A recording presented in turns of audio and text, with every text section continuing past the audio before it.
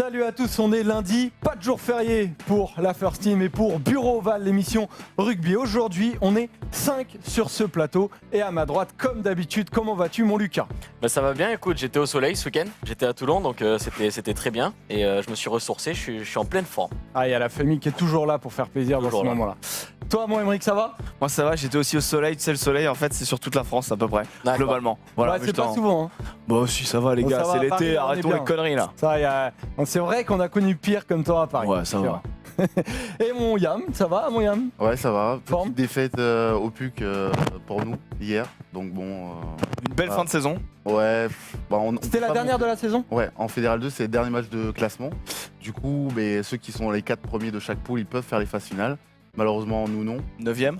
Non, abuse pas quand même. Milieu de classement. Donc on pouvait pas monter et pas descendre non plus. Donc saison moyenne. Mais du coup, là, ça y est, t'es en vacances ? Bah Ouais, apparemment on peut non, dire il ça. vient de reprendre à l'hôpital. Non, d'autres projets avec Aristide notamment. Mais plus de rugby en tout cas, plus de compétition pour moi. Bon, tu l'as bien mérité, Yam. Et ouais, comme tu le dis, effectivement, on reçoit aujourd'hui Aristide Barraud. Comment ça va, Aristide ? Ça va bien, merci. Ça va très Et bien. donc, je montre ce livre-là, Aristide, dont tu vas nous parler. Et il s'appelle « Mais ne sombre pas ». T'étais sur la terrasse du Petit Cambodge quand les attentats de 2015 ont eu lieu. Alors, tu as pris plusieurs balles, pour ceux qui ne connaissent pas ton histoire, dans les jambes, dans le thorax, le poumon était notamment touché. Et dans ce livre-là, tu racontes en fait une lente renaissance. Alors aujourd'hui, 4 ans après, comment tu vas ? Ça va bien, ça va de mieux en mieux. J'avance dans tout ce que j'ai à faire. Je retrouve des certitudes, on va dire, de la confiance dans cette nouvelle vie sans le rugby, donc avec des nouvelles choses qui comblent un peu ce manque, qui est toujours là, mais je comprends un peu ce que va être mon futur, déjà ce qu'est mon présent, ça va de mieux en mieux. Et en tout cas, ce livre-là, t'en avais besoin vraiment pour repartir de l'avant ? Ouais, ça a été un instinct en fait, j'ai beaucoup de propositions de livres. Et j'ai rencontré les bonnes personnes dans la bonne maison d'édition. Ils ont accepté que ce soit moi qui écrive de tout du début à la fin, ce qui n'était pas gagné. Et en fait, oui, ce livre m'a fait un bien fou. À combler beaucoup de choses, à donner de l'élan, m'a ouvert des perspectives aussi. Et peut-être m'a aidé à passer du statut, déjà dans ma tête, d'accepter la fin de ma carrière, d'accepter le fait que mes blessures ne me permettaient pas de revenir sur un terrain et de renoncer à tous ces sacrifices, toutes ces ambitions. Tous ces objectifs, donc ça a été disons le début, la transition un échappatoire. On sent que tu avais besoin de souffler quoi. Ouais. Toutes ces voyages dans Paris, etc. dont tu parles beaucoup de rap. T'as pas mal, ou ton enfance à Massy aussi, où tu racontes effectivement toutes ces escapades pour retrouver un peu de liberté. Et c'est assez fort, franchement. Moi, je l'ai lu et je l'ai trouvé super cool. Alors qu'il lit pas de livre d'habitude. Hein. Alors que je ne lis jamais. C'est d'autant plus fort. On lui a peut-être lu. Quelqu'un peut-être lui a lu. C'est d'autant plus fort pour moi. Il nous a dit ça manque d'image. Mais bon, sinon. Pourtant, il y en a. J'en ai mis quelques-unes. Hein, c'est la première chose que j'ai regardée. Et après, j'ai vu des lettres et tout. Bon, je me suis aventuré. Il y a un passage dans ce livre où tu racontes que durant tout ce temps, tu voulais une chose, c'est de retrouver au moins une seule fois, même si c'était 1 minute, les terrains de rugby. Et tu l'as retrouvé, ça y est ? Non, j'ai pas pu revenir, j'ai pas pu rejouer. J'étais très très loin. Il y a eu plusieurs tentatives pour retrouver mon équipe en première division italienne. Oui, mais tu t'as entraîné, t'as pu retenter. Ouais, disons, à ma façon, j'ai réussi à compenser et à boucler les boucles. Je crois qu'il y en a encore certaines que je dois encore combler, mais j'avais imaginé ça, revenir sur le terrain devant ma famille. Ne serait-ce qu'1 minute pour boucler la boucle qui était la plus importante de ma vie. Et j'ai trouvé d'autres façons et j'en suis très satisfait. Et aujourd'hui, du coup, tu passes à autre chose. C'est quoi les projets de vie aujourd'hui ? Beaucoup d'écriture, beaucoup de photographie aussi. Je remets les pieds dans le rugby en entraînant progressivement. Je peux peut-être passer mon premier diplôme l'année prochaine. Voilà, j'en suis là, ça se passe bien. Et surtout, écrivain, du coup, tu vas peut-être ressortir des livres ? Il y a beaucoup de projets qui sont en cours et ce livre déjà sort en poche en septembre, donc ça va me remettre un peu dedans. Ouais. Donc voilà, Aristide, on va rappeler quand même ton parcours pro. tu as été formé à Massy et tu es parti au Stade Français tenter ta chance après une formation à Massy où tu n'as joué qu'un seul match pro. Et justement, en fait, on s'est dit que c'était pas mal de partir sur un débat aujourd'hui en profitant de la venue d'Aristide. Est-ce que la formation française marche sur la tête? Donc on en parlera évidemment tout à l'heure. Et à la fin de l'émission, Aristide, sache que y aura un quiz. Voilà. Ouais, là, et tu seras avec Lucas. D'accord. Voilà, donc, je compte beaucoup sur toi. Ça, c'est donc la mauvaise nouvelle du coup pour toi. Mais avant tout ça, chers membres du bureau ovale, on va se tourner vers l'actualité et vers les news.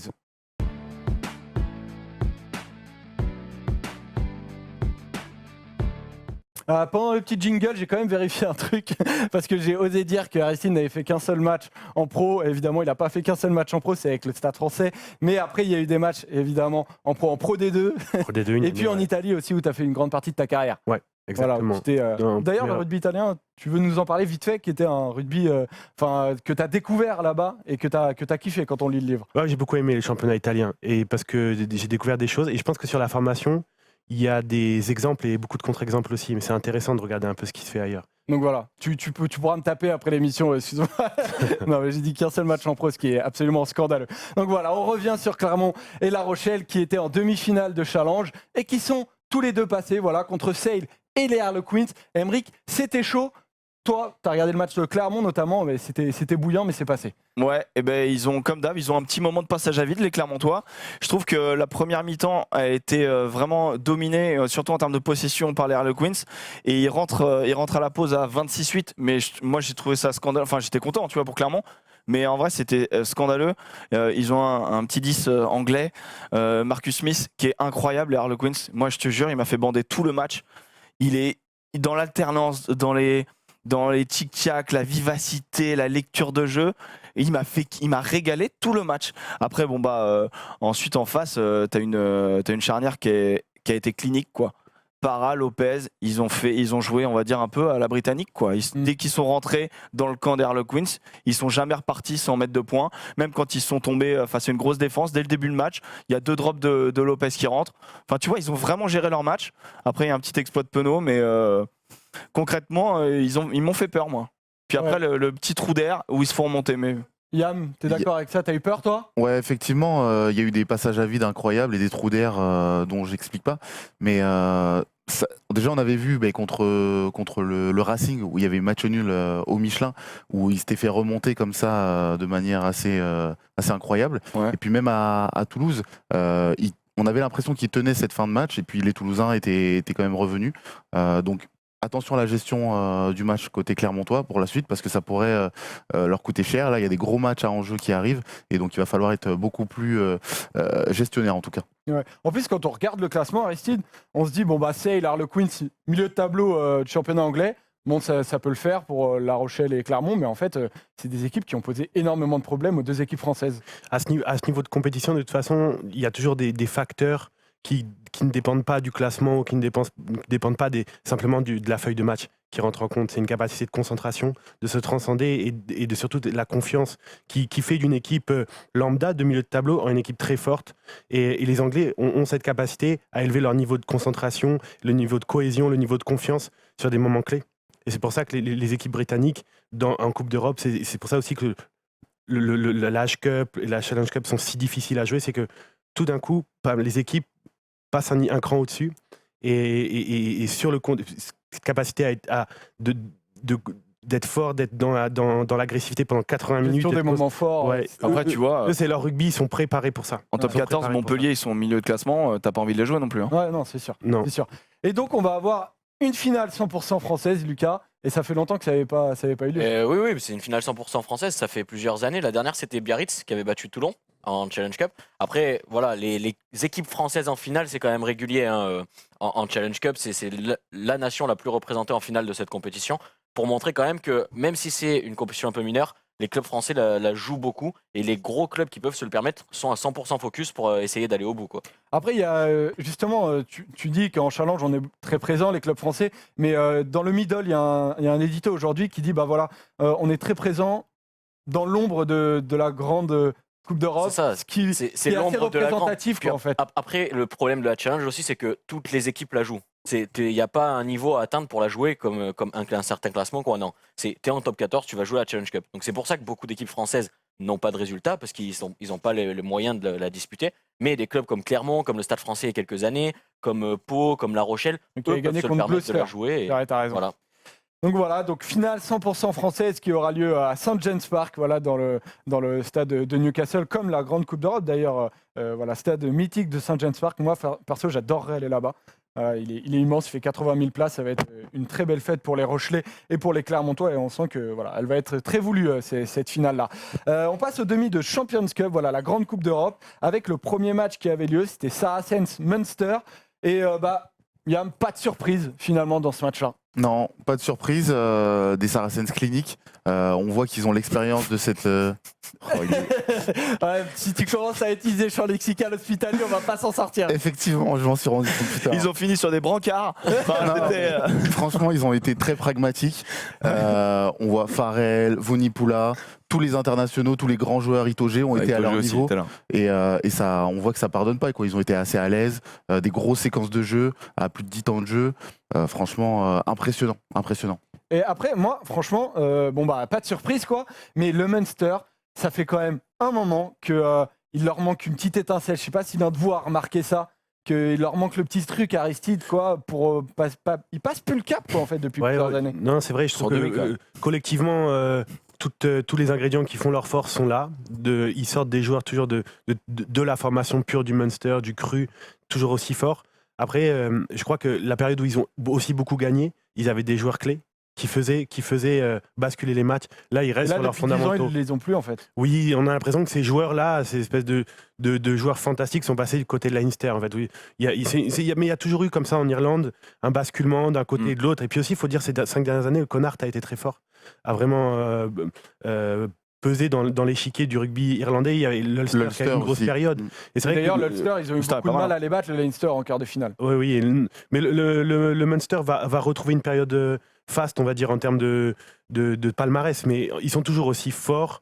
Et ce qui est toujours impressionnant, c'est de voir à travers les décennies, et malgré un professionnalisme exacerbé et une maîtrise de tous les compartiments du jeu, c'est de retrouver cet ADN pur du Munster, le combat, le fighting spirit, le jeu d'avant, le jeu millimétré, le jeu au pied millimétré, et cette agressivité. Ouais, parce qu'il n'y a pas le truc à la fin qui finalise, mais ils sont quand même tout le temps en demi-finale. Voilà, ils reviennent. Ils sont très réguliers dans les phases finales. L'an dernier, ils font une demi. Cette année, alors que l'an dernier, en plus, ils ont un quart de finale difficile à domicile. Ils le gagnent sur le fil, puis ils font une demi. Là, cette année, ils font encore une demi. C'est pas non plus catastrophique. Non, c'est pas cata, mais c'est peut-être le truc qui manque. Voilà. Il leur manque la petite pièce pour aller au bout. Ouais, et tu les vois pas vainqueurs, quoi. Le titre. Nous, on a connu le Munster qui a engrangé les titres pendant les années 2000, 2006, 2007. Ça a engrangé les titres tous les ans. Ils étaient dans les 2 finales et c'était impressionnant. Là, c'est un peu le Leinster depuis 10 ans qui est au-dessus du rugby européen. Donc voilà, les Saracens qui iront donc en finale, le Munster qui reste sur le bas-côté. Et il y avait une deuxième demi-finale pour savoir qui affrontera les Saracens. Et on en parle tout de suite dans le Focus.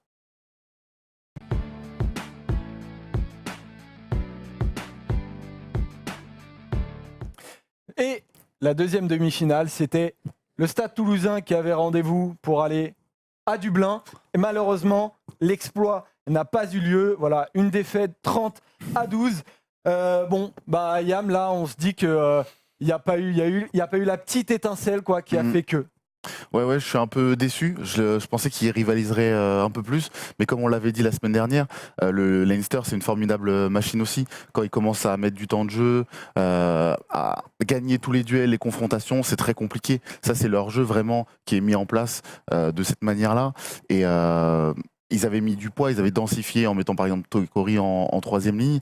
Et malheureusement, il n'y a pas eu cet apport-là. Il y a aussi eu un pragmatisme irlandais vraiment incroyable. À chaque fois qu'ils sont allés dans le camp, les Toulousains n'ont pas scoré. On avait aussi relevé ce point la semaine dernière. Donc il y a eu quand même pas mal de facteurs qui ont fait que... Après, la semaine dernière, sur le débat qu'on a eu là-dessus, Aymeric et toi, vous vous disiez, c'est possible. Et en fait, Aymeric, il n'y a pas eu... passé, quoi. Quand j'ai vu la compo, j'étais assez triste, mais après je me suis dit, c'est un pari. Ils se sont dit, on va densifier, on met à qui. Franchement, quand on a fait les compos ici, on n'a jamais pensé à mettre à qui pour vraiment mettre du poids. Et au final, il leur a manqué. Enfin, ils ont joué un peu à l'irlandaise, ils ont joué sur l'affrontement. Et je pense que ils n'ont pas été bons au pied, ils n'ont pas été bons au niveau du déplacement, mais parce que Zach Holmes manquait énormément. Je pense que le fait de mettre Ntamak sur le côté, c'est. T'as personne. T'as aucun numéro 10 sur la feuille. T'as personne pour te dégager au pied. Ouais, mais Dupont, il a deux pieds. Médard qui a un sacré coup de pied pour dégager ton camp. Après, c'est peut-être pour ça aussi qu'il met Ramos. Je sais pas. Non, mais Ramos, Non, il met Ramos pour botter. c'est surtout pour le côté des pénalités et des points à prendre au pied. Mais derrière, pour dégager ton camp, t'as personne. Mais c'est même pas. T'as une touche qui est trouvée au bout de 5 minutes, puis après, tu trouves plus une seule touche de tout le match. Donc en fait, pour vous, la première erreur de ce match-là, c'est Hugo Mola qui l'a fait avec sa composition d'équipe. Pour moi, Franchement, il a fait un pari. Il fait un pari ici à un moment donné, il, justement avec une défense extrêmement agressive qui les prend dès les premiers ballons sur la zone 10-12 et qui les fait reculer, bah à partir de là on dit bravo Hugo Mola, tu vois. Sauf que bah le match lui donne tort. Après, il n'y a pas que ce côté-là aussi. Il y a un manque de réalisme chronique. Hein. Ils ont pris une leçon de réalisme, Toulouse. C'est ça. Et puis, il y a plusieurs joueurs qui ont été en dedans, totalement. Il y a des joueurs qui n'ont pas existé alors que d'habitude, ils sont présents. Thomas Ramos dans les airs, c'est pareil qu'en sortie de camp, en fait. Dans les airs, la première, il l'a réussi bien. Derrière, toutes les autres, il les prend pas. Il se fait bouffer par James Lowe. Ou alors, il fait des en avant sur chaque réception. Dupont, à l'ouverture, il n'a pas été très présent. Quand il passe à la mêlée, il fait 3-4 pertes de balles qui sont assez délicates. Et il y a eu plusieurs joueurs comme ça qui sont passés à côté. Et forcément, sur une équipe, face à une équipe comme le Leinster, tu prends cher tout de suite, quoi. Je pense qu'on n'a pas retrouvé Toulouse. Tu vois, quand je parle de jeu au pied, je parle pas que du dégagement, je parle du jeu d'occupation et je parle du jeu au pied d'attaque, qui est le jeu moderne maintenant. Et tu te dis, merde, t'as l'impression qu'ils ont rien tenté. Peut-être qu'ils pouvaient pas finalement, parce qu'en face, vraiment, il y a une opposition énorme.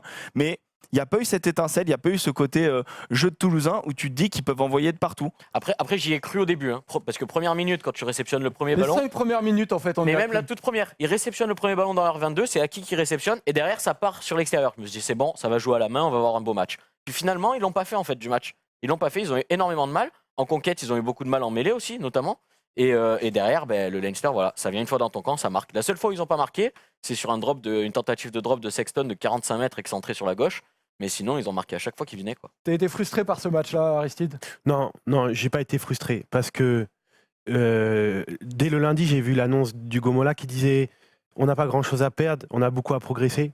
Et moi, j'aime énormément ce que Toulouse est en train de mettre en place.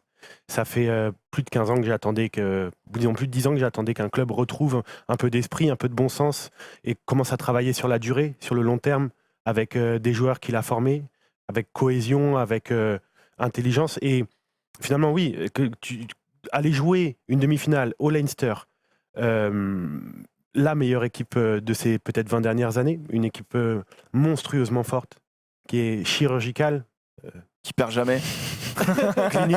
clinique. Non, en fait, je pense que attaqué même par Aristide, désolé. Ouais. En fait, ce qui m'a plu moi dans ce match et dans cette opposition, c'est que ce sont deux systèmes. Un système bien en place, c'est le système du Leinster, donc c'est de la province du Leinster, qui a identifié un système de jeu et qui le reproduit des féminines aux enfants jusqu'à l'équipe première. C'est toute la formation vient de là, avec quelques étrangers bien choisis. Donc là, il y avait Charlie, le troisième australien, qui est un joueur exceptionnel. Ouais. Eux, ils se trompent pas. Ils savent qu'ils ont le droit de mettre 2 étrangers sur la feuille de match. Ils prennent le meilleur.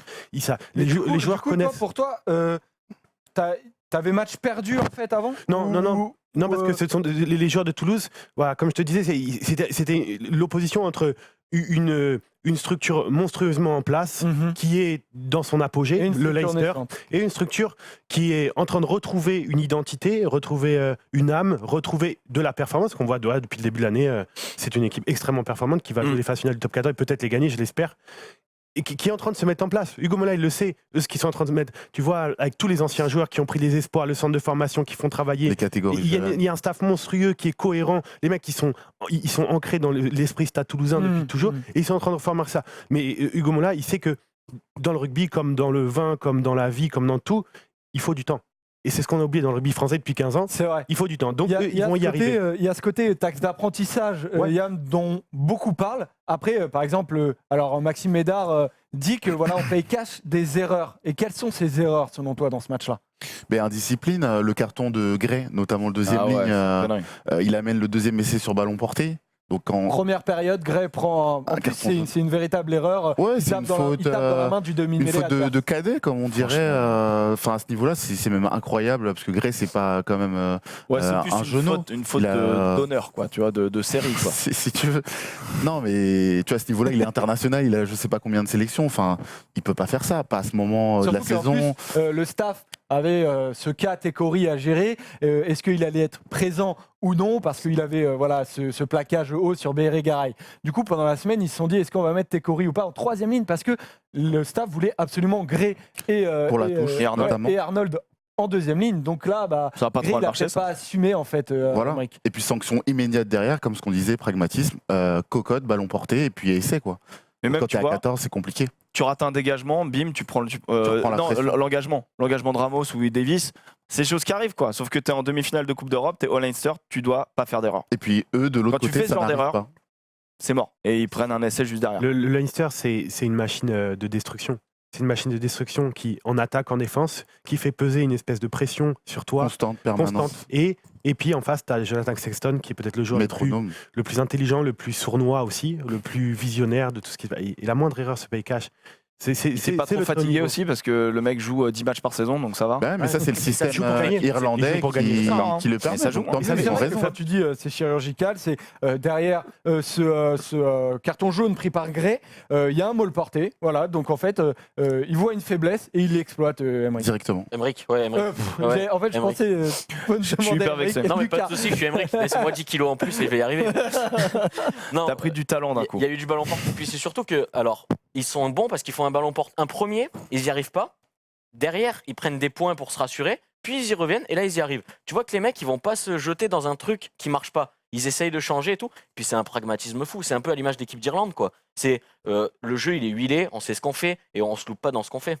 Et donc voilà, cette finale qui opposera donc le Leinster au Saracens. Bon, moi au final, alors c'est Ben Chefdead qui disait ça sur Twitter, j'étais assez d'accord avec lui. Au final, c'est logique, c'est les deux équipes Yam qui dominent depuis plusieurs années. Ouais, C'est mérité. qui sont les plus régulières à ce niveau de compétition.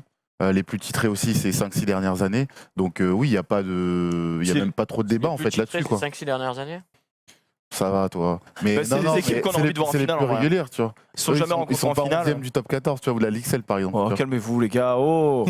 Non, et c'est Non, surtout, mais je pense que c'est des équipes qui savent exactement ce qu'elles font, pourquoi elles le font, quand elles le font et qui sont prêtes au bon moment et qui sont à l'apogée de leur cursus, de leur processus. Je sais pas vous, mais moi je trouve ça impossible de donner un favori pour le moment.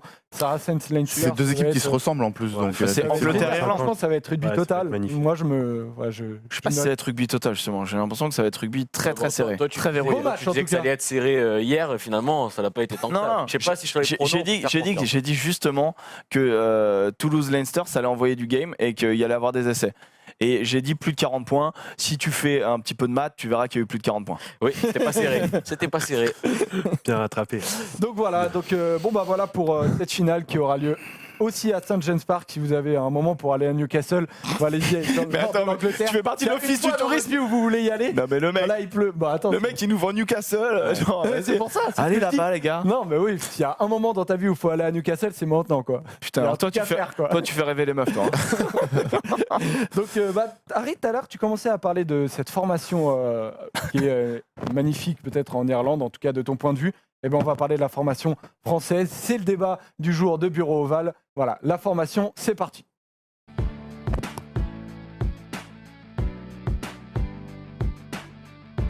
La question est cash aujourd'hui. Voilà, c'est la formation française marche-t-elle sur la tête? Yam, franchement, on a des champions du monde U20, on a des 18 qui sont triple champions d'Europe. Alors bon, c'est 2015, 2016, 2017, ils sont pas en titre, mais comment c'est possible d'avoir un tel écart? Ben, il y a un moment, ouais, on dirait qu'on les fait disparaître parce que jusqu'à 20 ans, ça va, ils dominent sans problème. Et puis on les retrouve pas en première, en top 14 ou en Pro D2, ou alors très peu et pas assez à mon goût. Et donc après, évidemment, en senior, il y a un gouffre. Donc comment on explique ça? On va essayer en tout cas de donner des enseignements. Mais non, c'est vrai que c'est bizarre. Déjà, il y a la transition qui doit pas être évidente. Quand tu es un jeune joueur de 18 ans, tu commences à gagner des trucs et tout, puis d'un coup, tu dois passer à 22 ans, tu sais que ça va être ta vie, tu vas en faire ta vie. Je sais qu'Aristide, dans son livre, par exemple, il le dit. Il le dit, finalement, je me pose la question tous les jours, est-ce que j'ai envie de faire ça? Donc ça doit être pareil. Il y a certains joueurs qui doivent perdre un peu d'envie ou plus vouloir la même chose, en fait. Et je pense que ça joue aussi beaucoup, cette transition entre les âges. Aristide, est-ce que toi, quand tu as vu le dernier tournoi Destination, le problème de formation était le problème majeur qui expliquait les mauvais résultats? Là, tout de suite, non. Parce que je crois que les problèmes sont tellement multiples et un peu partout. Là, on est arrivé dans un marasme tellement important au niveau du 15 de France, mais qui est finalement le sommet de la pyramide. Hein, le sommet de la pyramide, si la base n'est pas stable, ne peut pas être stable non plus. Donc, je pense que la formation, là, tout de suite, n'est pas le gros problème. La formation est un problème, mais c'est une des conséquences et les causes sont autres. Ça, j'en suis persuadé. Après, je suis persuadé que la formation française est encore excellente, une des meilleures au monde. Tout ce qui se passe avant 18 ans, ça, il y a des très grands éducateurs et des grands formateurs. On a une identité, il y a des centres de formation extrêmement On a une performants. identité En France? Ouais, j'en suis persuadé. Est-ce qu'on n'a pas une identité régionale? Est-ce que en Auvergne, on joue comme à Toulouse ou à Castres? Non, je pense pas. Je pense Tu vois, je pense qu'il y a des identités, mais vraiment régionales. Ouais, Comparé à d'autres grandes nations. Et qu'on n'a pas une identité globale. Non, on n'a pas d'identité, on l'a pas définie au moins. On l'a ni définie, on l'a laissé un peu perdre, mais elle existe. Moi, je suis persuadé qu'elle existe. Tu peux le voir dans certains moments, notamment tu peux le voir en ce moment dans le jeu de Toulouse. Tu peux le voir dans le jeu de Toulouse, tu retrouves ce que les joueurs étrangers, ce que les analystes étrangers appellent le French flair. Qu'est-ce que c'est? Rien n'est défini en fait. Et c'est ça le vrai problème du rugby français, c'est qu'on ne sait rien. On sait qu'il y a des problèmes latents, énormes, dont on parle tout le temps, mais on reste dans ce court terme. On fait des petites mesurettes, voilà, un gif qui va être contourné tout de suite l'année d'après. Brunel, ça marche pas. On va mettre Galtier. Où on va, tu vois, c'est que des petites mesures comme ça. On s'attaque jamais. On est dans l'instantané, comme tu dis. Hugo Mola, il prend le temps. On prend pas le temps. Ça fait longtemps que depuis que le rugby français est devenu une branche de l'industrie du spectacle tellement puissante économiquement, depuis 2005, 2004, depuis que le Stade Français est passé. Oui, c'est vrai qu'il a impulsé des choses fortes. On n'a pas changé les règles du jeu. On n'a pas changé les bases. On n'a pas réellement défini ce que c'était le rugby actuel, le rugby moderne, qui est devenu un rugby économiquement très très très puissant, extrêmement puissant. Il y a encore 10 ans, on disait oui, le rugby ne deviendra jamais comme le foot parce qu'il n'y a pas l'argent. Tu te rappelles, on disait on est en plein dedans. La question, moi je dirais que ça fait 5 ans qu'on est en plein dedans. C'est même plus on se pose la question. Il faut regarder les choses en face, il faut s'adapter et là, il faut redéfinir tout ce qui représente le rugby français, notamment, oui, pourquoi pas l'identité. Et là et notamment, il faut redéfinir peut-être cette conversion d'excellente formation pour l'année vraiment dans le monde pro. Et moi, je suis persuadé que c'est là le vrai point de fracture du rugby français en ce moment, et parce que je l'ai vécu aussi. C'est comme on arrive avec des équipes de France tellement performantes, et c'est ce passage entre des joueurs qui sont arrivés à un terme de leur formation et arriver dans le monde professionnel, le monde du top 14, où on n'a ni le droit ni l'erreur, ni le temps de faire des erreurs. C'est ça le gros problème. Ouais, genre, si on te met, t'es jeune joueur, t'as 18 ans, on te met en top 14, faut que tu performes tout de suite. Bien sûr. Sinon c'est fini.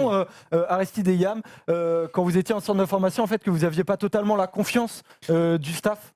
Bah non, c'était très compliqué. Personnellement, moi j'étais en concurrence avec des gens comme Paul Warwick ou Paul Saquet.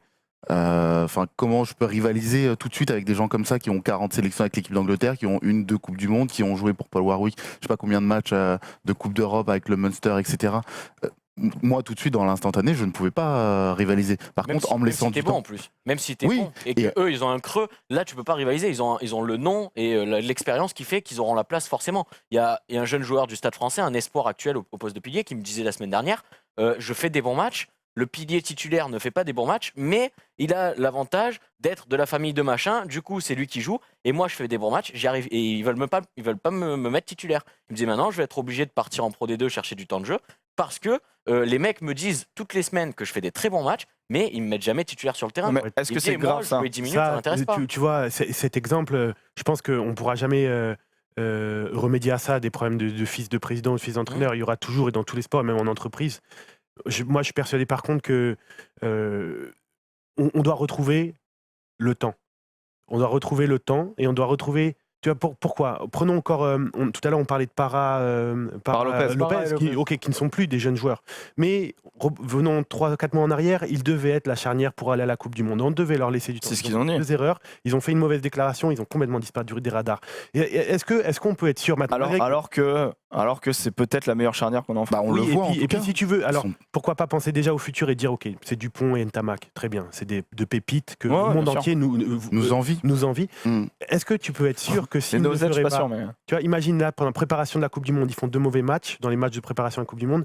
Est-ce que tu peux être sûr que quand même ils commencent la Coupe du Monde ? On n'en est pas là. On a oublié qu'un joueur a besoin de temps et surtout a besoin de rater. On a besoin de rater, on a besoin de faire des erreurs parce qu'on apprend des erreurs. Mais le rugby français contemporain, le rugby du top 14 et de la Pro D2, c'est Ne un prend rugby de plus la le temps. peur. C'est un rugby de la Et peur. c'est pour ça qu'ils vont chercher peut-être des étrangers. Tu parles de Pour se Warwick. rassurer. Évidemment. Et c'est ça en fait le vrai problème peut-être du discours de vouloir mettre des jeunes, mais en fait de leur mettre des joueurs qui viennent de l'extérieur dans leur patte. Yam. Après, il y a le pour et contre dans le sens où tu apprends aussi de ces stars, on va dire, de leur manière de s'entraîner, de leur. C'est surtout que tu les compétences. prends à l'entraînement tous les jours, quoi. À un moment Voilà, donné, ces forcément, gars-là. tu progresses. À l'entraînement, tu progresses beaucoup, mais ça ne change pas et ça ne remplace pas la vraie compétition. L'adrénaline que tu as le samedi ou le dimanche. Enfin, pour progresser, tu as besoin d'être confronté à la compétition. Est-ce que l'exemple Bamba, il n'est pas excellent à ce niveau-là ? C'est-à-dire qu'il joue en Pro D2, Bien sûr. là, il va passer en top 14. Prends Ramos aussi.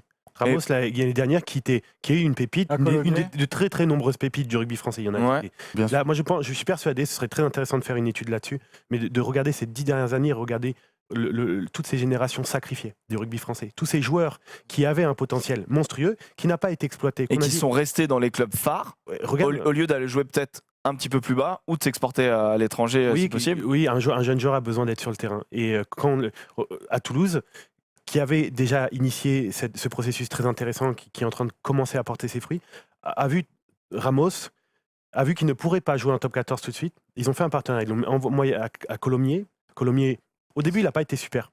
Il a quand même raté beaucoup de choses, mais on lui a Parce fait qu'il y a un confiance. côté aussi, à un moment donné, les joueurs, c'est pas que des numéros, quoi. À un moment donné, tu as l'ambition de réussir à Toulouse, on te prête dans un autre club. Tu peux avoir une petite déception personnelle Bien qui fait sûr. que tu as du mal à te bien remettre sûr. aussi Et en ça, avant. c'est Tu vois. encadré. Si c'est encadré, si c'est bien géré, Le discours est clair. qu'il y a un discours est clair, il y a un discours gagnant-gagnant pour le joueur, pour le club. Thomas Ramos, il a fait sa saison à Colomiers, il est revenu au Stade Toulon et Il est titulaire. Surtout qu'aujourd'hui, tu as un formidable tremplin. Comme il dit, la Pro D2, c'est un formidable tremplin pour ces jeunes-là. Tu en as plein, tu en as énormément qui sont formés dans des grands clubs. Puis, ils savent qu'ils n'auront pas leur chance. Donc, ils font un tour en Pro D2. Je pense à Thomas Waro à Béziers, formé à Toulon. Mais il a vu tout de suite qu'il n'avait pas sa chance. Donc, hop, au Pro D2, Béziers. Béziers. Et là, tu vois que à force de jouer des matchs, d'évoluer aux côtés de grands joueurs, parce qu'en Pro D2, tu as des grands joueurs, et il a sa chance et il revient en top 14 l'année prochaine. Et il y en a plein des comme ça. Bien sûr. Ilan Hamdaoui qui était à Biarritz, qui est parti au Stade français. C'est un énorme tremplin, que ce soit pour des jeunes ou pour d'autres joueurs, de se montrer, d'évoluer et de revenir en top 14 Yann, devant mais- la scène. Ouais. On parlait de Marcus Smith tout à l'heure, le 10 des Harlequins. Lui, Ouais. il a commencé à 17 ans et demi en premiership en championnat anglais. Donc, sur pépite, pas de souci. Et depuis qu'il a commencé, il est dans le squad anglais. Il est dans les 45. Donc, pas de souci, il fera jamais de feuille de match. Il y a Farrell devant lui, il y a Ford. il le prépare. Mais on le prépare déjà. C'est Il ça est qui est énorme. magnifique. Il est Il énorme. est dans les systèmes, il les connaît par cœur. Il apprend, il fait ses séances de but sûrement avec Farrell. Voilà, il monte en puissance. Il est super bon dans les matchs qui comptent en Coupe d'Europe, en championnat aussi. Et dans 3-4 ans, il sera au top. C'est la Parce qu'il a différence été avec- préparé pour ça. C'est la différence aussi avec les formations étrangères et la formation française. À l'étranger, dans beaucoup de pays, on forme pour l'équipe nationale. On forme C'est dans la le but priorité. de l'équipe nationale. En France, c'est les clubs qui forment dans leur but à eux. Émeric et Aristide le disaient tout à l'heure. Il n'y a pas d'identité nationale, c'est des identités de clubs. Et tu vois que c'est pas bon parce que les clubs forment pour eux avant Mhm. tout. Et du coup, l'équipe nationale Ouais. vient derrière en second plan, contrairement Aristide, à l'Angleterre, à l'Irlande Ouais, ou autre. je suis d'accord, mais même au-delà de l'identité, il n'y a pas d'entente en fait.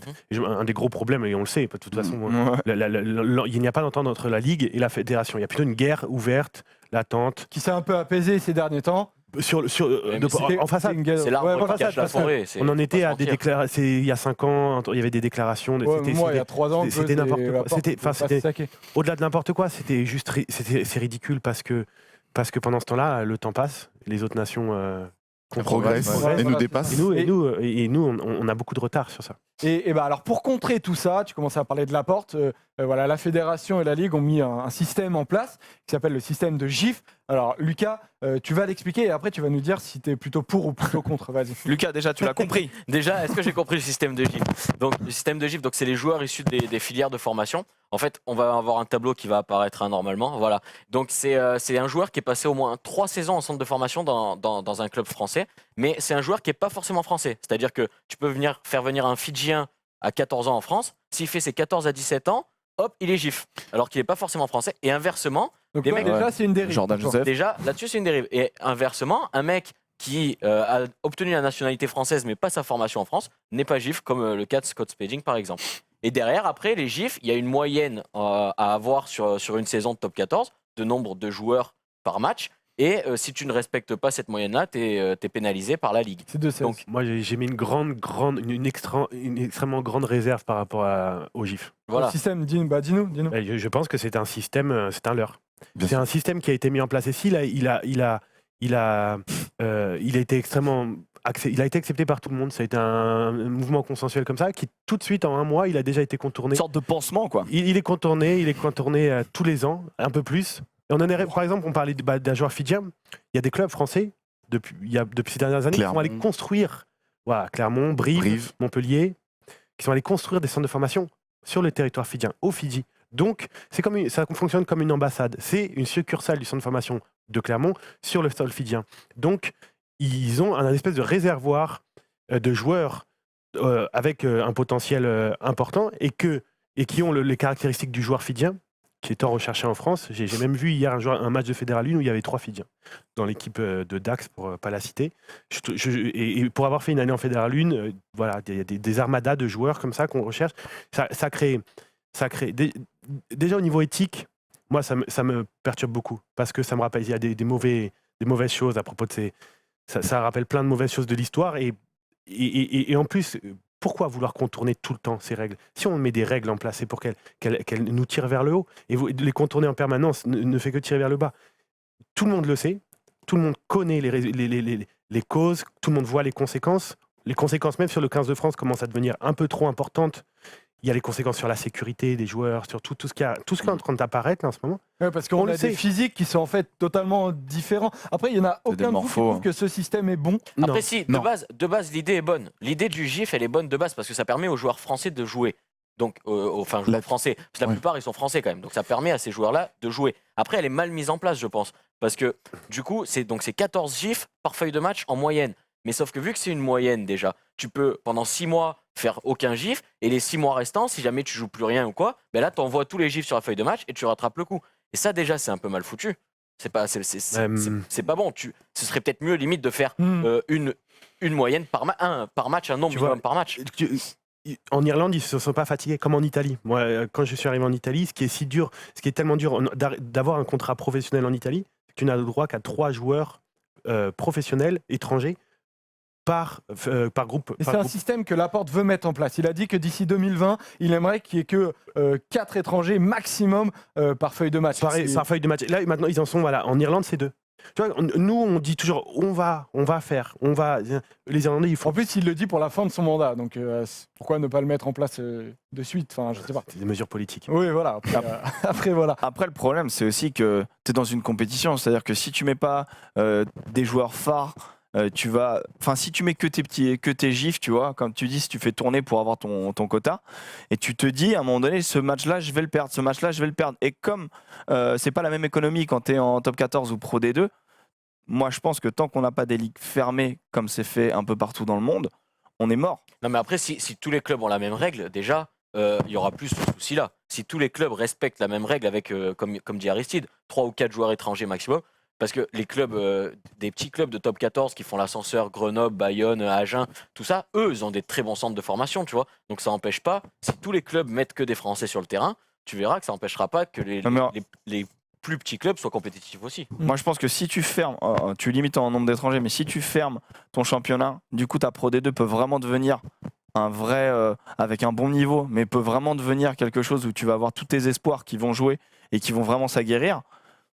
et ensuite tu vas pouvoir les basculer avec des systèmes d'échange. Oui, mais Et tu peux pas de- fermer un championnat d'accord, aujourd'hui, c'est pas possible. Bah, pourquoi pas, Impossible. En pourquoi c'est pas France, c'est possible impossible de fermer un championnat, c'est pas dans la culture sportive Par française. contre, ouais, c'est déjà. pas dans notre culture. Et de deux, va choisir les clubs entre le top 14 et la Pro D2 qui vont être en top 14 dans un championnat fermé. Va les choisir et va dire à Perpignan Fais un référendum. qui a été une plateforme du rugby pendant de nombreuses années, ah ben non, ben, tu vas être en Pro D2 et tu n'auras plus l'occasion de monter. Mais alors, C'est quelle impossible. solution, toi, Yam, C'est impossible. quand tu étais frustré, tu comprenais pas pourquoi il y avait des joueurs qui arrivaient comme ça de l'étranger. Est-ce que tu te disais, bah voilà, faut faire ci, faut faire ça, et est-ce que tu avais des solutions, toi, pour vraiment faire confiance aux jeunes, quoi? Mais au final, non, j'avais pas vraiment de solution. Après, mon niveau ne m'a pas permis d'atteindre ce niveau aussi. Mais non, moi, du coup, je suis allé en Fédéral 1 parce que même en Pro D2, mon CV en tout cas n'intéressait pas les clubs parce que j'étais en concurrence aussi avec d'autres étrangers ou des joueurs plus aguerris que moi. Ouais, mais le CFA quand même ça va. Mais non, tout simplement, moi j'intéressais pas. Donc du coup, je suis encore descendu d'un étage en Fédéral 1. Mais même en Fédéral 1, moi j'étais à Bobigny à l'époque où ils étaient à ce niveau-là. Et il y avait des joueurs namibiens, il y avait des joueurs, il y avait des géorgiens ou un roumain. T'as Tu des vois. Roumains aussi, ouais. Et encore, on n'était pas le plus gros budget, tu vois. Donc voilà, je pense que ce système de GIF ou de quota joueurs français, il faut le mettre pas qu'en top 14, il faut le mettre en Pro D2 aussi et même en Fédéral 1. Parce que sinon, même en Fédéral 2 aujourd'hui, il y a des grosses armadas qui veulent monter. Il y a 2-3 Fidjiens dans l'équipe. Moi, j'ai joué contre des équipes qui dominent évidemment notre championnat et ils ont 2-3 joueurs étrangers. Ils s'entraînent tous les jours. Il y a certains clubs même de Fédéral 3 qui disposent de jusqu'à 7-8 joueurs étrangers dans leur effectif. Voilà. Fédéral 3, C'est c'est encore n'importe quoi. De toute façon, Ah ouais, Fédéral 3, vu que cette règle est mise en place qu'en top 14, si tu es en Fédéral 3 et que tu as les moyens, si tu as un sponsor qui te file les moyens, tu sais que c'est hyper facile de monter en Fédéral 1. Quoi, hein. Bien Parce sûr. que tu prends les joueurs qu'il te faut, et quand tu as les moyens, dans les divisions comme ça, c'est assez simple de monter jusqu'en Fédéral 1. Hein. Ouais, voilà. Donc, déjà, la règle, quelle qu'elle soit, il faut la pérenniser sur toutes les divisions, déjà, pour commencer. Et effectivement, au moins, on parlera d'identité parce que ce sera des pros à la catégorie amateur, on parlera tous le même langage et on aura tous la même règle, tu vois. Là, c'est trop disparate déjà aussi. Tu vois. Et même chez les dirigeants, etc., chez les éducateurs, est-ce que vous trouvez que on a les bons éducateurs? Tu commençais à parler, toi, tu trouves vraiment que notre formation est excellente, qu'elle est prouvée par ces titres? Ou est-ce qu'on peut aller encore plus loin ou différemment pour leur dire, voilà, peut-être vous n'avez pas les bons tenants, les bons aboutissants, on leur dit pas les bonnes choses, je sais pas. C'est peut-être aussi pour ça qu'ils n'arrivent pas à passer le cap. Non, moi je suis persuadé que nous avons les bons éducateurs, nous avons les bons contenus. Le système de formation des éducateurs, je trouve qu'il est aussi performant. Et le problème, Ça, c'est parce que que faisons-nous? dedans, ça. Un peu de lait, Non, pas du tout. J'ai vraiment aucune ambition là-dedans. Mais moi, le grand dilemme que je me pose, c'est pourquoi alors formons-nous autant de joueurs de qualité pour ne pas nous en servir? Puisque en plus, nous sommes rentrés dans un système économique. Est-ce que, pour l'exemple que je prends dans mon livre, est-ce que Renault va fabriquer des voitures pendant 6 mois, il fabrique une voiture du début de la carrosserie jusqu'au moteur, jusqu'aux roues, et arrivé, ils ont 100 voitures finies, on va dire on va en prendre 10, et les 90 autres, non, c'est pas grave. Non, personne ne fait ça. Et en fait, le rugby français fait ça actuellement. Justement, tu fais bien d'en parler parce que Lucas, tu nous as préparé un tableau de joueurs. Combien en fait il y a de joueurs 100% formés au club du début jusqu'à la fin? Alors ça a été très très compliqué parce qu'aujourd'hui, les clubs français, ils forment plus un joueur entièrement. C'est-à-dire qu'ils vont chercher à 17-18 ans un joueur qui a déjà été formé quelque part, ou alors ils en forment un jusqu'à 15-16 ans et ils lui laissent pas sa chance après, ils le virent ailleurs. Du coup, en tout, j'ai trouvé donc une vingtaine de joueurs actuels de moins de 25 ans qui ont disputé au moins 10 matchs cette saison, parce que en dessous, si c'est pour faire 2 matchs, tu peux pas te baser dessus, et qui ont été formés entièrement dans leur club. Donc j'espère que je me suis pas trompé, normalement elle est bonne. Hein. Et du coup, de la vingtaine de joueurs que j'ai trouvé, j'ai fait une composition de 15 joueurs, qui est franchement pas mal. Moi, si tu mets une équipe comme ça dans mon club, je prends. Mais avec donc une première ligne, gros Bobigny Simutoga, donc gros champion du monde U20. Il y a plusieurs champions du monde U20, forcément. En deuxième ligne, Capelli, Tanguy, Cretin, Miquel et Delaporte en troisième ligne. Déjà que tu vois qu'il y a beaucoup de clubs représentés, mais c'est hyper bizarre parce que un club comme Clermont, il n'y en a qu'un. Tu vois, tous les autres, il allait les chercher à 17-18 ans déjà formés quelque part. Alors que Clermont, en jeune, ils étaient souvent dans notre poule au Stade Français. Ils nous roulaient dessus déjà de 1 et ils avaient une super équipe avec que des joueurs mais évidemment français. Et de Krabos, Réchel à Espoir, ils sont champions de France très très régulièrement avec que des bons joueurs. Voilà. Mais après, il les conserve pas forcément après.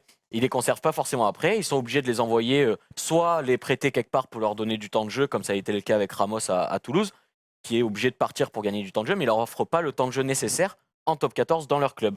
Et après la charnière, tu as Serein et Carbonel. La paire de centre, Ntamak, Reyac, c'est quand même pas mal.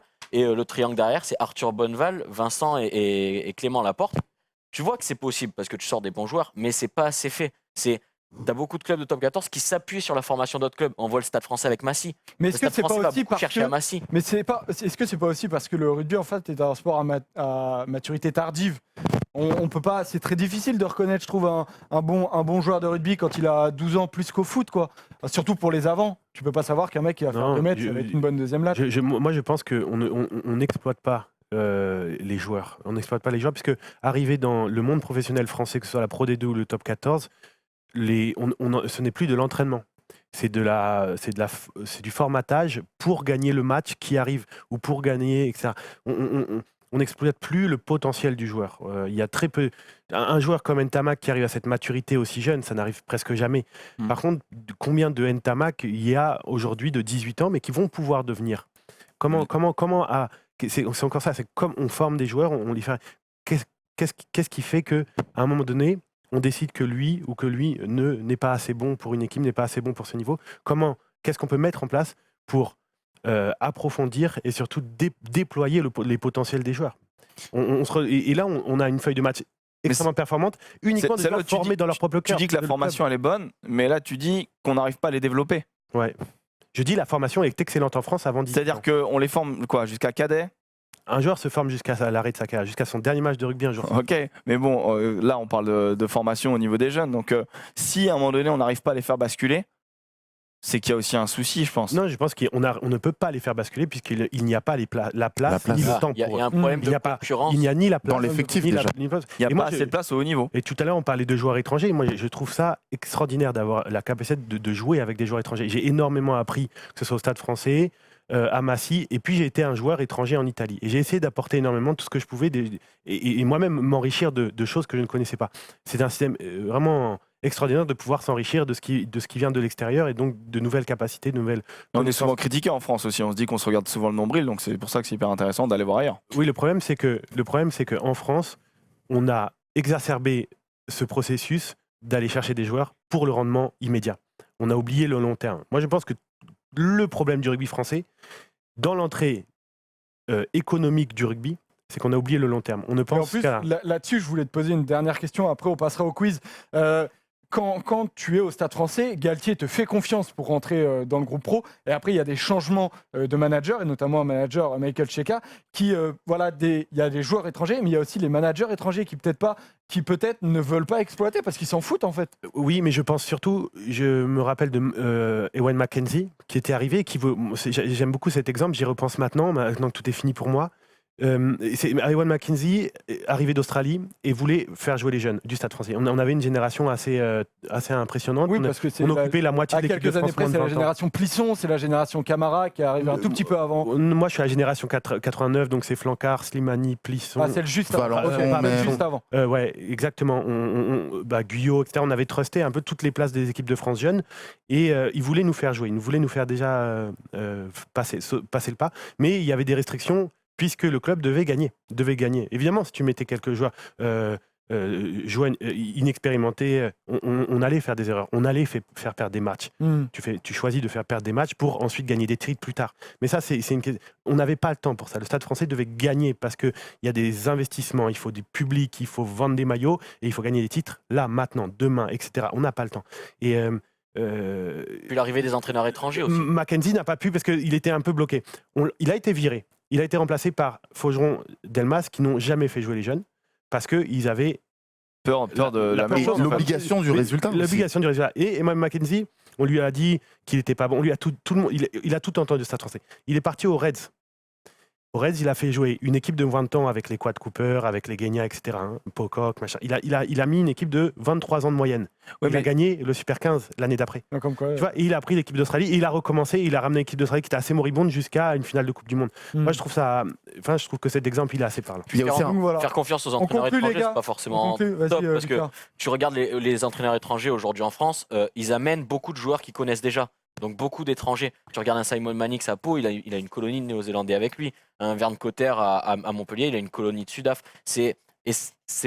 Il aura peut-être moins facilité à faire confiance à des jeunes joueurs français. Enfin, les ils élever. reviennent Et dessus. la Stasson Franco aussi, dont tu me parlais Voilà. avant l'émission. Et puis il y a un problème de critères aussi. En France, on se dit qu'un troisième ligne doit faire 1m95, Mhm. 110 kg. Sinon, il rentre pas dans le critère, donc on le laisse pas jouer. Oui. Alors que si ça se trouve, Et s'il fait 2 mètres, seconde barre. non mais voilà, en fait, on catalogue les joueurs. Moi, je me souviens très bien qu'à un moment, Harry, on t'a fait passer demi de mêlée, numéro 9, parce que en 10, on te trouvait pas assez bon. Pourquoi je sais pas trop. Peut-être que toi, tu Bah, le c'est sais muscu. ou pas. Mais Non, mais pourquoi tu sais, on t'a je te fait- jure qu'il y a des critères comme ça. pourquoi on t'a ouais. fait changer de poste alors que t'as jamais été formé pour. Tu vois, ça aussi, c'est un problème qui est incroyable. Ouais, je pense, moi, tout ce qui me concerne maintenant, avec beaucoup de recul, je comprends à peu près tout ce qui s'est passé dans ma carrière et beaucoup les fautes qui me sont dues parce que j'ai préféré avancer comme ça en regardant tout ce que moi j'avais fait de mal, tout ce que j'aurais pu mieux faire.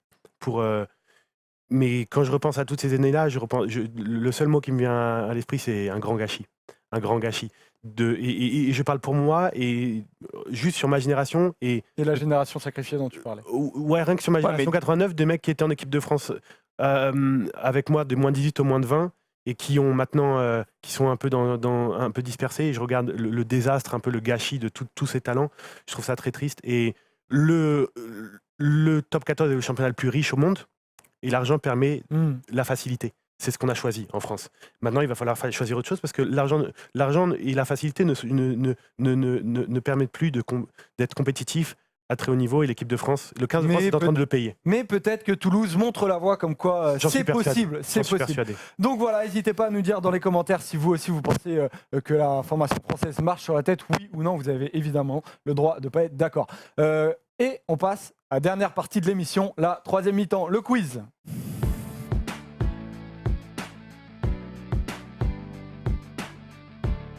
Alors, Aristide, sache que tu es avec Lucas contre Emric et Yam. Voilà, vous faites, Emric, t'inquiète pas, Emric, on l'entend plus à part. D'accord. En tant que Yam. la dernière fois qu'il a parlé comme ça, il a perdu, je le rappelle La quand dernière même. fois, il a pris une branlette. Donc, il y a deux parties. Première, c'est des qui est. On va passer des photos avec les visages cachés. Vous devez les trouver. Il y en a 5. Un point par qui est. On peut y aller, Ben, Erwan, quand vous voulez. Voilà, le premier, qui est Amossa. un joueur, Amossa. Excellent, Lucas, bravo. Qui ouvre le score, Afa Amossa. Voilà. Pourtant, en tatouage, t'es fort normalement. Ouais, Yam, là, je t'attendais là-dessus. 1-0 pour l'équipe Harry et Lucas. C'était Cory. Ce n'est pas Johnson. C'est le Johnson. Excellent. Ah, J'allais le dire. Au Stade Toulousain, voilà, qui a passé 7 ans, quelque chose comme ça. Une belle carrière au Stade Toulousain. Un partout. Le troisième, Paris C. ce n'est pas Paris, c'est un joueur que j'adorais, qui avait une coupe. Roncero. Ce n'est pas Roncero, qui avait une coupe particulière. Martin C'est pas Martin. C'était un joueur qui était apprécié du public. Rabadan. Ce n'est pas Rabadan, qui était apprécié. Il n'avait pas de cheveux. Conte Pomi. Non, Non.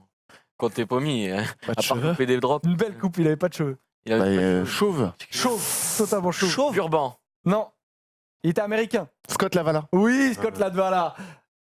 Excellent. Ouais. Je joue avec lui en plus en espoir quelques Ouais. matchs. Avec son crâne, super Bon gars, mec. il paraît. Hein. Super mec. En même temps, c'est sûr que si on met des joueurs avec qui Yam il a joué, c'est pas Ah bah attends, t'as eu le temps de le Ah, trouver. Hein. C'était il y a très longtemps. hein. Ouais, Son puis il a crâne. beaucoup joué, hein, donc tu dois le connaître autant Merde. que normalement. 2-1 pour l'équipe de Yam et gueule. d'Emeric. Quatrième qui est c'est le maillot d'Agen. Ouais, ça ouais. Et aujourd'hui, il n'est plus à Agen. Herbani. Herbani. 3-1. Bravo. Excellent. Il est Yam. chaud. Hein. Eh, Là, il est chaud. Là, j'avoue ce maillot-là, Il était sympa. Je me rappelle On pas. peut juste dire à Aristide Ouais. qu'on a commencé, s'il vous plaît. Ouais, t'inquiète, je suis comme toi. hein. Soutiens ton pote, toi, au lieu Et de. je le soutiens, justement, C'est j'essaie de grave, lui mettre c'est la quoi, Avant c'est- l'émission, j'essaie j'essaie de de faire faire avec lui. Avant Jamais, l'émission, franchement, Aristide, tu le passais à 3 contre 1. Les gars, J'essaie de le motiver, tu vois. mettez le championnat Tu ne italien. motives pas du tout. Mais là, si tu je le l'enfonces. chauffe, me dis si Rien je du l'énerve, tout, il va rien du être tout. Ouais, très. Dernier tout qui est, tenter, toi, ça va attends, aller. t'as trouvé qu'un, alors ça va, tu gagnes pas trop. Hein. Donc, Goromaru. Goromaru. Oh là là. Mais ça, c'est les Ça, c'est à straps cause des straps au doigt. au doigt. Non, mais c'est vrai en Évidemment. plus. Bah, putain, il a joué Il avait- demain il avait aussi. tout le temps ça. Tout le temps, ça. Bon, t'es Ouais, très t'étais, observateur, Yam. Très... Ouais, Ça, c'est quand c'était tu fais le- une French c'était le manucure. 15, il était 15, Goromaru. Ouais. Et C'est un- excellent. c'est incroyable, c'est ces un doigts, fait là. deux matchs. Enfin, à Toulon, il était 24, ouais. Ouais, c'est vrai. Il n'a pas beaucoup été sur les feuilles. Ouais. Donc 4-1. Mais il a vendu des maillots. C'était pour ça qu'il est venu Pareil, d'ailleurs. Beaucoup. Non, tu veux dire, il Ah les ouais, a vendus avec lui. lui. Superstar au Japon, ouais. Son Ah investissement. ouais, bah, c'est aussi pour ça qu'il avait été. Mais il était bon, hein, franchement, il avait fait des matchs avec le Japon Ouais, qui c'est un sacré justifiait son recrutement Oui. par Mourad Boudjelal. Deux dernières questions. On fait un qui suis-je, on en fera un deuxième. Donc je décris un mec et le premier qui trouve a le point. Restez accrochés pour son parcours au premier. Je suis né à Senton, en Afrique du Sud. Je suis à l'aise flanqueur comme troisième ligne centre. Je suis un joueur, alors ça, c'est mon avis, mais assez partagé. Botia. Ce n'est Non. pas Botia. Ouais, non. Je suis un joueur élégant, habile en main, habile balle en main, et excellent plaqueur. Giovanni Kert. Non. Je suis formé par l'université de Pretoria, puis chez les Bulls, où je ne joue que 9 matchs avant de tenter ma chance en Europe aux Saracens. Michael Rhodes. Non. Pas plus de chance, je ne joue que 2 rencontres. Alors, je repars chez les Bulls. Ouais, carrière pas simple au début, mais finalement, je lâche rien. CJ Stander. Non. Je ne lâche C'était rien, et je me tellement relance en Europe. Bingo, je trouve enfin de la stabilité au Stade français, avec qui je suis champion de France 2015. Fin 2017, Albert, Willem Albert. non, fin 2017, C'était aux où Sharks qu'il a joué. je à Durban. repars en Angleterre, à Sale, John Ross. John Ross, et j'étais sur le terrain contre La Rochelle. Voilà, moi, un joueur que j'adorais, pareil. Il était magnifique ce joueur. fort, Et il était encore bon avec Sale d'ailleurs. Je Ouais, me très demande fort. s'il n'était pas capitaine. Si, si. Il était capitaine. Voilà, John Ross. Alors, donc ça fait 5-1. Dernière question. Alors, sache qu'on remet toujours en C'est jeu la celle-là dernière qu'il faut question, Harry. C'est celle-là. Ok, qui c'est gagne. Elle peut te faire gagner parce qu'elle vaut. C'est que sinon, il aurait jamais Il y a gagné. 25, celle-là. Elle Celle-là vaut vaut 20 5 points. Elle vaut Il aurait 5 jamais points. gagné toute Donc, sa vie. soit il y a 10-1, soit il y a Ouais, comme d'hab. 6-5. Parlons pour terminer cette émission d'un homme dont la carrière a été brisée à seulement 31 ans. Les cervicales en trop mauvais état pour continuer à jouer dans le Pat top Lamby. 14. Pas Pat Lamby. Il a J'y pas ai joué 30 ans. pendant 11 ans en top 14 d'ailleurs. Dans plusieurs clubs, Béziers, Montauban, Agen, 2 ans, 2 ans, 1 an. La première partie de ma carrière, comme John Ross, elle est plutôt mouvementée et je trouve pas de stabilité. Et d'ailleurs, la vie, elle me fait pas de cadeau parce que j'apprends que je suis touché d'un cancer de la thyroïde en 2011. Mais mentalement, je suis très fort, j'en guéris et je reviens. C'est un autre club de top 14 avec qui je suis champion de France 2013 et finaliste 2014 Castres, où je trouve une deuxième maison. C'est Eberson. Non, Tomé Oppo. non. Mes qualités en première ligne sont Première ligne. appréciées par Philippe Saint-André, qui m'appelle en équipe de France. Kodze. Ce n'est pas Kodze.